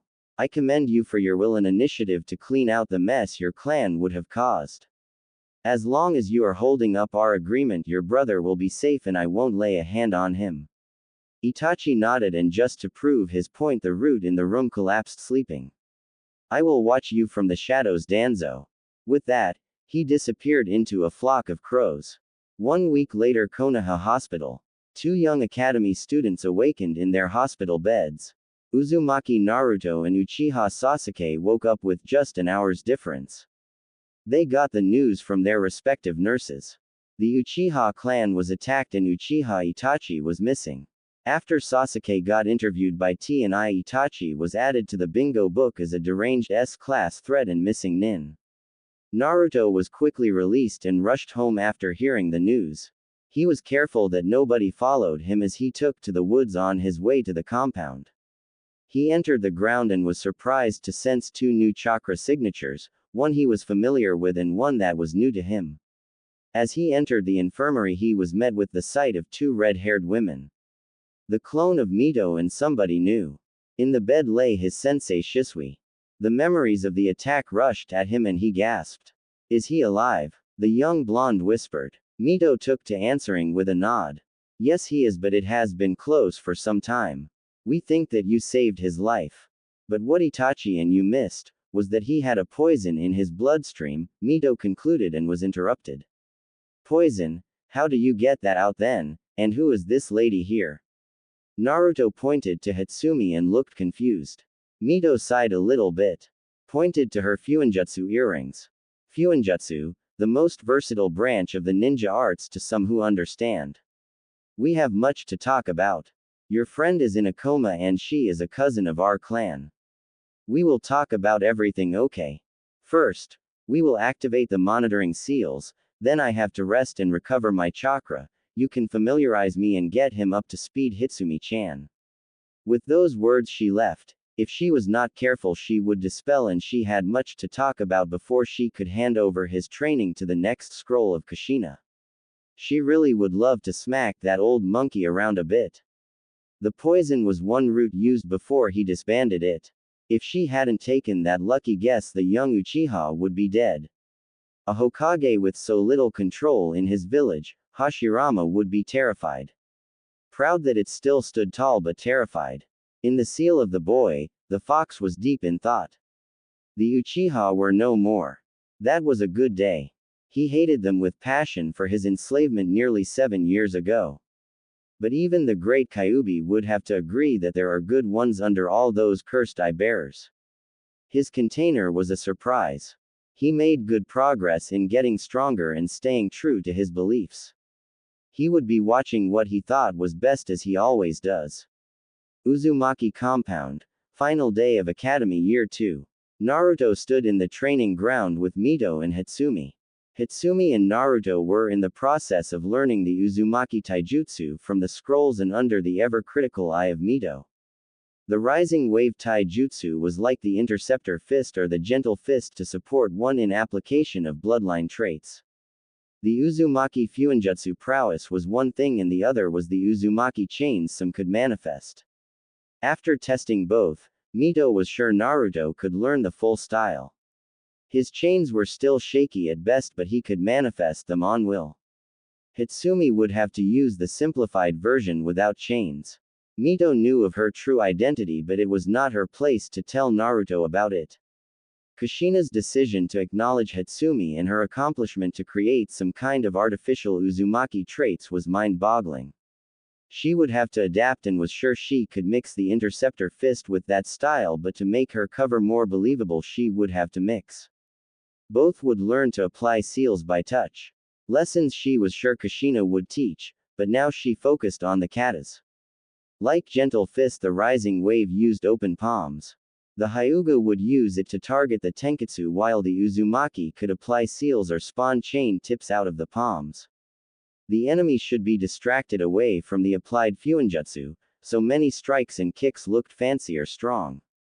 The simple answer is they could be strong if the user was strong, but most Uzumaki used the full advantages and impaled them with their chain tips or used quickly applied bomb tags. With each lesson Naruto was told about his clan, he applied himself more in his studies. That he could use the adamantine sealing chain was one of his happiest days in recent memory of the blonde. His education skyrocketed with a human person to train with. Hitsumi had established herself in the village with some trickery as a civilian chef with a small stand for street food. Her little booth was at the academy, where she could have an eye on her son. Better yet, both eyes, after she reclaimed a dowry, so to speak, in the form of the eyes of her late husband. She trained her new powers in secret and worked on her sealing. As cover for her Uzumaki identity, she sold minor seals to the Konoha armory. While she and Naruto tried to perform the katas to the satisfaction of Mito Uzumaki, she had to remember the technique which made all of that possible. Flashback start. Okay Naruto, I see every day you are more bored with the academy. You get here with a mixture of fatigue and skittishness, and I am fed up with it. You learned the henge in the academy, right? Mito's reserves of patience seemed strained or nearly empty as Naruto looked back with a defeated expression. He bowed his head a bit. While Hitsumi looked a bit out of it with Mito. Gomen Mito-sensei. It is just like the class learns so slowly. The only good thing is that Sasuke and I can train taijutsu together, because nobody can match us. But the theory, we already finished that like 6 months ago. We still go over the map of the elemental nations. I mean, okay. There are some civilians who still have problems with that, but all clan kids and those from merchants are also bored. The history lessons are not complete. They are missing anything about Uzu, about us. It's bad. Naruto's position was clear. His enthusiasm increased with each word to tell how bad it was. Mito was confused. She knew the academy was sometimes boring and hold back the faster learners or those with families, which supplemented the teachings with private tutoring of clan knowledge. However, she knew the curriculum her brother-in-law based the academy on. Something wasn't right. She had to find out what. Okay Naruto. You will get your first mission right now. You will copy the academy curriculum and it should be in the headmaster's office. You are quick with your writing thanks to our practice, so to copy down the graduation requirements and main topics of the next years should be easy.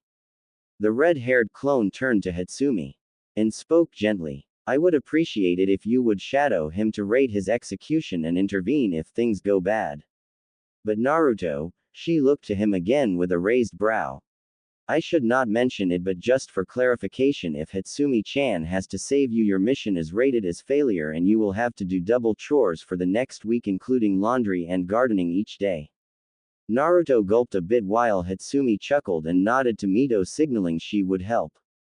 Mito motioned them to start and Naruto concentrated for a bit, holding a ram sign he transformed a bit later in Iruka, one teacher he could stand because in Naruto's words he was a good guy.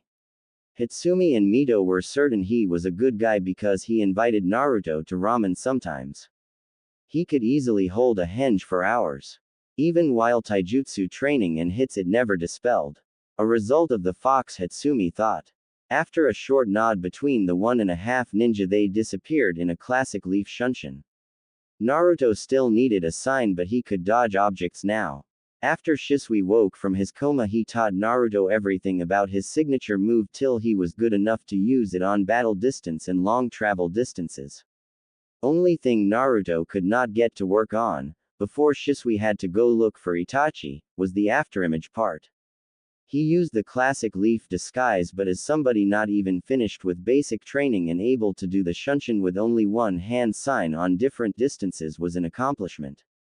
While she thought about those events, they both arrived at the academy. She was disguised as a female teacher she knew about from the kunoichi classes. Every now and then the kunoichi sensei would arrive with her class to be told about the art of onigiri, or the preparation of food for assassination. Okay Naruto-kun, you know what to do. I will stay out of your way. Good luck. Hitsumi nodded him in the right direction and disappeared out of viewing range only to observe from a different angle. Naruto in his Iruka disguise was sensing the signatures. As he could feel the headmaster was still in his office, he knew he would have to do something to get to his objective undetected. He browsed his utility bag for seal tags and after some seconds he had a little decoy tag. One of the first he was allowed to create after his own design. The decoy tag would give out the sound of a little explosion like children's fireworks but a bit louder. After he made sure only he and the headmaster were in that part of the academy, he applied the tag which would dissolve with the intended bang. After activating, he used the intended delay to get some room between the corridor of the headmaster office and himself.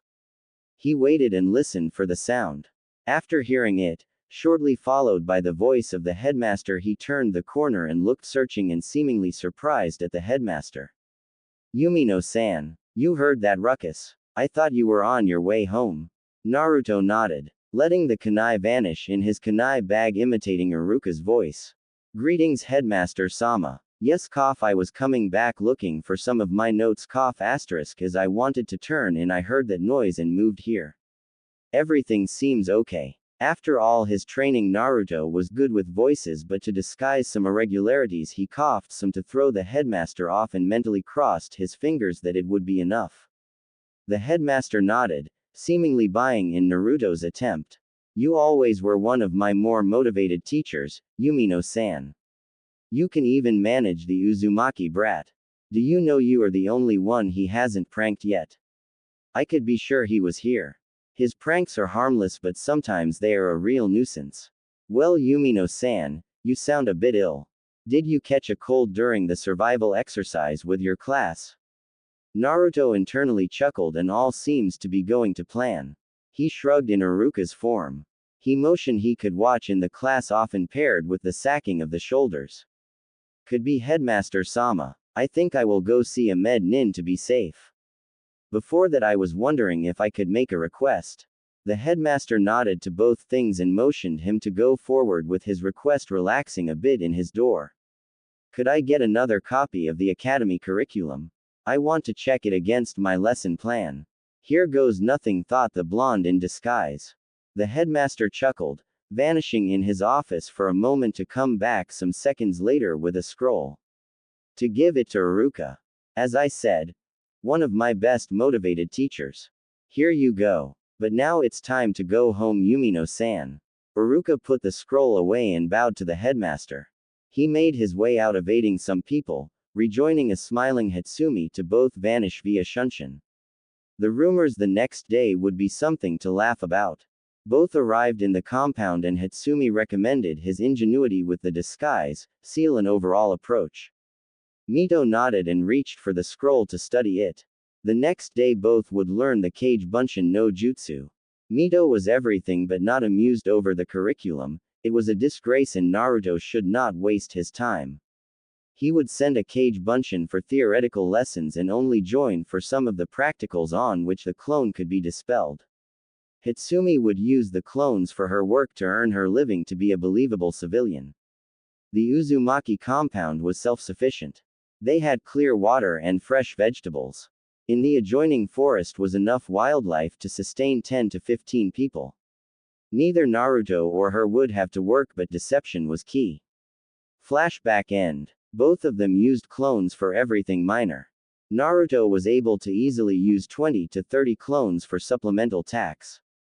Provide seals for Hitsumi to sell or raid the library for further study material. In the last year, additional to their conditioning and taijutsu, Naruto's chakra control exercises and other shinobi arts started. Hitsumi was very happy she could teach him Buki Jutsu. Shuriken, kunai and senbon were salvaged or bought to be thrown over and over again till Naruto could hunt with them. Okay, enough you two. Hitsumi, you need to be more fluid on the transition from defensive to offensive. Naruto, why did you stop suddenly? Mito looked inquisitive on the blonde who scratched the back of his head. You see sensei, my clone from the academy dispelled. That was a really boring graduation day.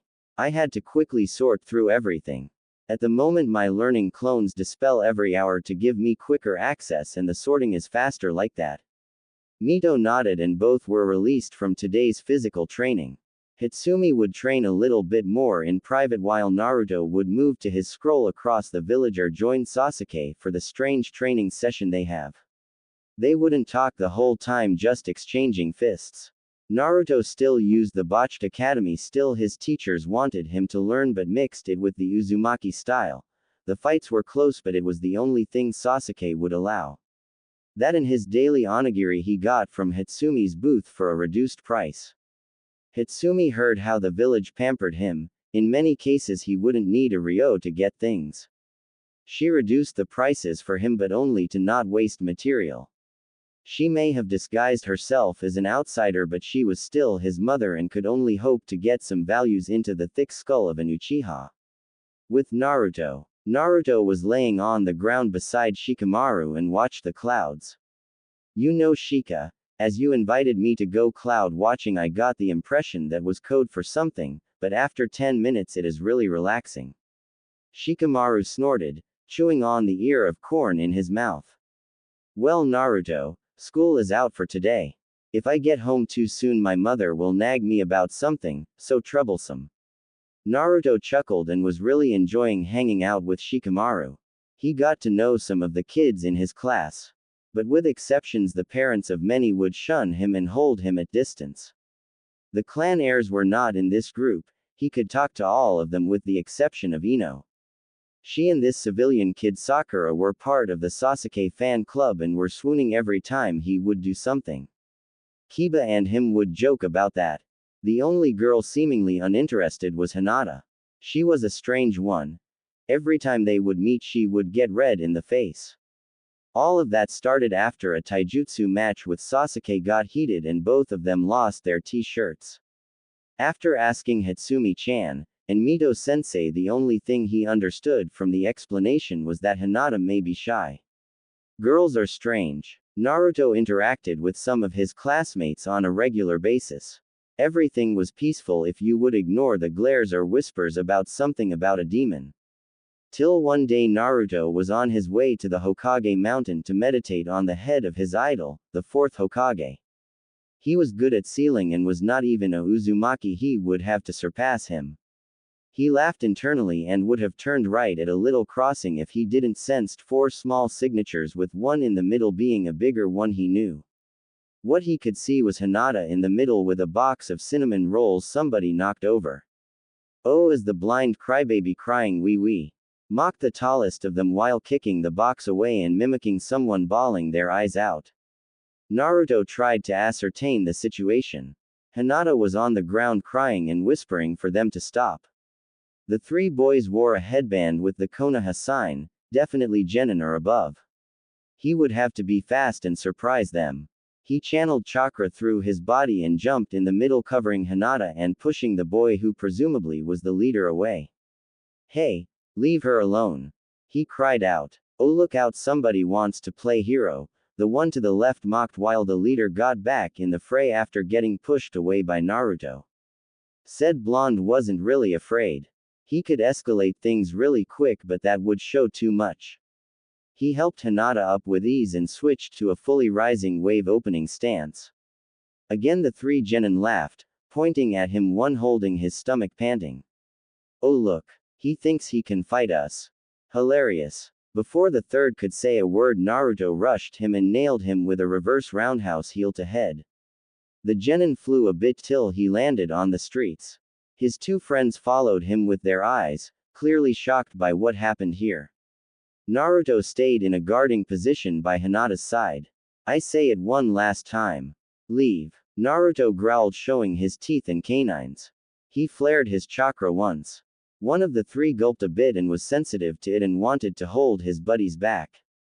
But the one kicked down was again standing, his face bruised. You will pay for that. Scum. He screeched. One hand sliding in his kunai pouch and pulling one out holding it in a reverse grip he rushed at Naruto with a wide swipe. The unrefined technique and the speed was laughable for the Uzumaki heir, but he had to stay under the radar, so he dodged with precision to let the kunai rip a part of his t-shirt, cutting open a bit of his skin, drawing blood. Naruto smirked. He knew that would be enough. His right hand reached for the wrist of the hand holding the kunai. While he locked around the wrist, the left palm struck at the elbow joint with all his cold precision. The noticeable crack signified the success of his mission. The genin screamed and dropped his kunai, which was catched by Naruto, kicking the disarmed genin in the back to get some room. He pivoted on his standing leg, blocking the kick of the one who wanted to sneak attack him from behind with one elbow, striking the other over his left shoulder right at the collarbone, leaving the second one panting. Seeing his chance for an escape, he picked Hinata up in a bridal style. "Gomen Hinata-chan, but I think that's our cue to leave." The blushing Hinata could only nod, never trusting her voice at this moment. Naruto used his normal speed and strength to rush for the Hyuga compound. One street away he halted and putting her down. "You should be good to go, Hinata-chan. I think it would be better that I was not seen carrying you to your compound by your guards." Still flushed, she nodded a bit if reluctantly. She took all her courage, stepped to Naruto and hugged him. "Thank you, Naruto-kun," she stuttered. She wanted to rush to the gate as Naruto stopped here. "Hinata-chan, you know, you are a kind person. But please, you won't have to let such bullies bully you. You are like super strong, I can feel that. Please train more, okay? So next you maybe can save me, okay?" He smiled at her. How could she say no when he smiled at her like that? Again, she won't trust her voice not to stutter, which was really embarrassing, so she nodded again, then left to her compound. Naruto took the route to his apartment in the red light district. He had a premonition of what would happen next and did not want to risk something. In an empty and quiet alley, he felt for signatures, used the cage bunshin and sent the clone under a henge to the compound. As he reached for the door, a Anbu with a dog mask appeared. "Uzumaki-san, Hokage-sama wants to see you." Naruto grinned and nodded. "Then we should not let him wait. Inu-san, can I catch a ride?" The Anbu showed nothing but chuckled under his mask to shunshin with him to the Hokage tower. At the Hyuga compound, Hinata did something she has not done in a long time. She stood before the door which led to the office of her father. She told the guard of the branch family with a kind smile that she wanted to see him to discuss matters of importance. To say the guard was surprised that the stuttering heiress could form coherent sentences was an understatement, so he did what was asked of him. Seconds later, he allowed Hinata to go through. Hinata entered the room of her father, bowed and took some deep breaths. Hiyashi Hyuga looked at her with a serious mask. In him he was surprised. Never did his oldest come to him from her own violation after her mother died. "You wanted to see me, daughter?" He opened the conversation with a neutral tone. Hinata was fighting with a panic attack, but remembered the smile of Naruto and her promise. "As I was buying cinnamon rolls, I was attacked." Hiyashi's mood quickly adjusted to what he heard. Who exactly would attack a Hyuga? Hinata nodded, still controlling her breathing. "Three young genin, I would say." He looked her up and down. Her clothes were a bit dirty, but she seemed not hurt in any way. Sighing a bit without letting that emotion be shown. "Seems they underestimated you, daughter. I am grateful that you finally learned to act like you should." Hinata had problems saying those next words and her body was shaking a bit from anxiety. "I was defended by one of my classmates, Uzumaki-san." That surprised the Hyuga clan head. "I see, I will thank him. A pity, daughter, that you needed help." He was unrelenting. Hinata gulped a bit. "I request more training time with cousin Neji. I don't want to need help anymore. I will train hard and don't want to disappoint you too, san." In her head she was fighting the tears of joy to request something and not stutter the whole time. The little victories, even if the disapproval of her father hurt her more than the hits sometimes. Hiyashi Hyuga was stunned to say the least. He could not really say what happened, but finally his daughter seems to be coming out of her shell. Maybe there was some hope left for his plans to unite the clan. All thanks to Uzumaki Naruto. He nodded to his daughter. You can make the arrangements yourself. He is a branch member after all. Now leave me alone if you would. Hinata bowed to her father, leaving through the door to let Hiashi think about the encounter. He would not stay alone for long as a guard informed him that the Hokage wanted to see him. Same time Hokage Tower. Naruto stood before Hiruzen Sarutobi. Behind him stood Inu. A bit on the side stood a Konoha Jonin if the vest was any indication. Naruto could deduce what this meeting would be about, so he started before the Hokage had the chance. Hey Gigi. You want to know what happened to his genin, right? Naruto pointed to the Jonin and smiled a bit. The Hokage could feel that Jonin wanted to say something, but one gesture with his hand was enough to silence him. Naruto, we don't point at people with our fingers except on missions, you know that. He scolded him good-natured. You see Gigi, that's the thing. I kind of was on a mission. He chuckled, scratching the back of his head, smiling. Oh really, Naruto-kun? A mission you say? What kind of a mission? The Hokage was intrigued. The story the Jonin told sounded like Naruto assaulted shinobi. An offense as a civilian. Well, protection detail, of course. I protected a princess from a clan from being bullied by the genin. Naruto began with his carefree attitude, still smiling. The Jonin was nearing a breaking point. What the dog-masked Anbu noticed only to appear by his side, putting a hand on the Jonin's shoulder and shaking his head. The Hokage was surprised. He knew Naruto would not lie to his face.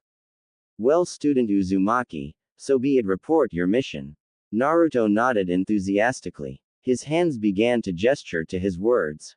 I was on my way to Hokage Mountain to relax after the academy. As I turned a corner between the Merchants District and Takeshi's Bakery. You know, the one with the cinnamon rolls known in the whole village. As I heard the sound of a scuffle, I looked around said corner to observe 3 genin harassing the Hyuga heiress Hinata-chan. She is in my class and super cool, Dadbeo. On the ground laid a box with cinnamon rolls. I think that would be Hinata's, she has this sweet tooth, you know. Well, the boys said super mean words and were kicking her a bit. She is my classmate and I could not see anybody, so I rushed and pushed one of them away. I told them to leave her alone. But they just laughed at me. One of them wanted to push me, so I kicked him away. And things happened. He looked a bit sheepishly at the Hokage but continued his tale. Well, we were told to flare our chakra if something happens, so I did that and tried to defend my I got a cut in my shirt from a kunai one of them had. That tickled a bit. The whole room was stunned for words. The Hokage already had the report from Kakashi's Anbu, so he knew that Naruto was speaking the truth. He wanted to interrupt Naruto that he heard enough, but Naruto was faster. Well, and after I disarmed one of them and knocked the other back, I rushed Hinata away to her compound. Pity about the rolls though, they smelled nice. Under Konoha's law I just defended a fellow shinobi, civilian heiress thingy, you know, and here I am. You can ask Hinata-chan. But I wanted to protect her from her negative reactions. Those Hyuga can be scary with eyes, I tell you. Hiruzen Sarutobi sighed a bit. A certain Anbu was very proud of the little blonde. His squad shadowed him and had seen nearly everything. To say they were surprised would be an understatement, but he heard that Naruto was always seen training with Sasuke and they both were the top of the class in taijutsu with a big gap between them and the others. Very well, thank you. Inu, get Naruto outside. Somebody get me Hiashi, we have to discuss how to punish the genin. Naruto was dropped at his apartment by an Anbu with a cat mask and smiled. He noticed the small thumbs up from Inu before he was shunshined away. His clone reported everything and it was late. Time to sleep for a bit. This was not the only circumstance in the next few weeks. The whispers and antagonism against Naruto increased, and to get away from it Naruto used the henge like crazy. Switching genders and everything. He always used a different disguise when he got to the compound. Hinata thanked him again in the academy one day after the incident, but everything else seemed to be normal.